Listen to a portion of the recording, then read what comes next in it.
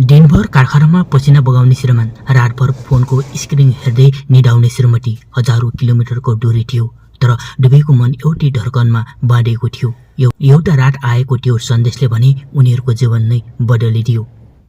नमस्कार दर्शक महानुभावहरू, विदेश जानु धेरैका लागि सपना हुन्छ, तर त्यो सपनाको मूल्य धेरै जसो परिवारको दूरी, एक्लोपन र प्रतीक्षाले तिर्नुपर्छ। आजको कथा पनि यस्तै एक श्रीमान श्रीमतीको हो, जसको माया दूरीले कमजोर बनाएन, बरु अझ झन बलियो बनायो। विवाह भएको केही महिनामै हाम्रो भविष्यको आशामा श्रीमान मलेसिया पुगे। घरको आर्थिक अवस्था कमजोर थियो।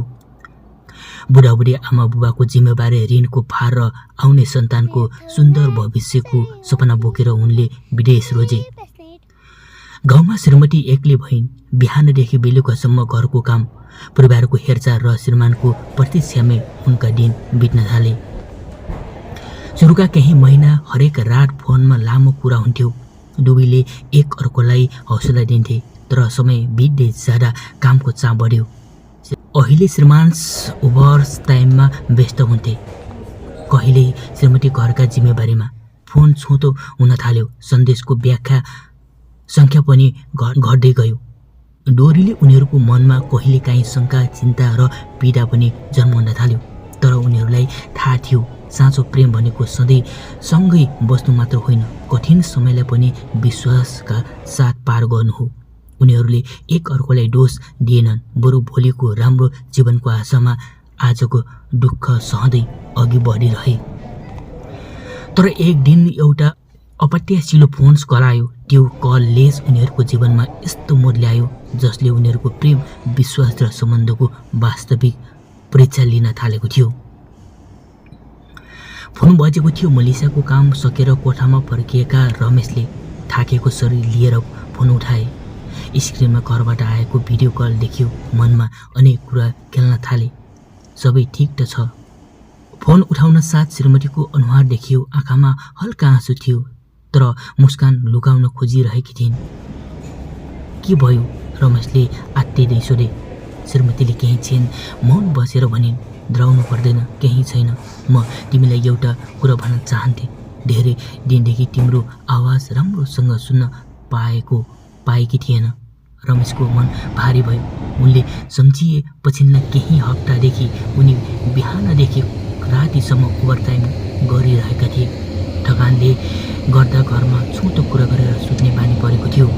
श्रीमतीले फेरि बिस्तारै भनिन्, मलाई तिम्रो पैसा भन्दा पनि तिम्रो समय चाहिएको रहेछ। 2 मिनेट खुलेर बोले पनि मलाई दिनभर बाँच्ने हिम्मत मिल्छ। यो कुरा सुन्न साथ रमेशको आँखामा आँसु भरियो। विदेशमा कमाएको प्रत्येक रुपियाँ परिवारकै लागि थियो, तर त्यो कमाइको दौडमा उनले आफ्नै परिवारलाई साथ दिन बिर्सिएका रहेछन्।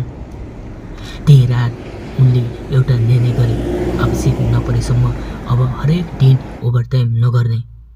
कम पैसा भए पनि परिवारसँग कुरा गर्ने समय छुट्याउने। त्यसपछि उनीहरूले एउटा नियम बनाए, दिन जतिसुकै व्यस्त भए पनि राति कम्तीमा 15 मिनट भिडियो कल गर्ने। त्यो 15 मिनटमा उनीहरू दुःख, खुसी, सपना र भोलिको योजना सबै साथ थिए। दिनहरू बित्दै गए। उनीहरूको सम्बन्ध फेरि पहिले भन्दा अझ बलियो बन्न थाल्यो। डोरी उस्तै थियो, तर मनको डोरी हराइसकेको थियो। केही महिनापछि रमेशले छुट्टी पाए। विमानस्थलबाट घर पुग्दा श्रीमती ढोकामै प्रतीक्षा गरिरहेकी थिइन्। वर्षौंको प्रतीक्षा केही सेकेन्डको अँगालोमा समेटियो। कसैले धेरै बोलेनन्, आँसुले नै सबै कुरा भनिसकेको थियो। रमेशले श्रीमतीको हात समातेर भने, अब मैले बुझेँ, घर पैसा मात्र पठाएर चल्दैन, घर त माया, विश्वास र समयले पनि टिक्छ। श्रीमती मुस्कुराउँदै उत्तर दिइन्, हामी टाढा थियौँ, तर हाम्रो माया कहिल्यै टाढा भएन। त्यो दिनदेखि उनीहरूले एउटा कुरा कहिल्यै बिर्सेनन्, दूरीले सम्बन्ध टुटाउँदैन। सम्बन्ध तब कमजोर हुन्छ जब एक अर्कोका भावना सुन्न छोडिन्छ। साँचो प्रेम भनेको हजारौं किलोमिटर टाढा भएर पनि एक अर्कोको मनमा सधैँ नजिक रहनु हो।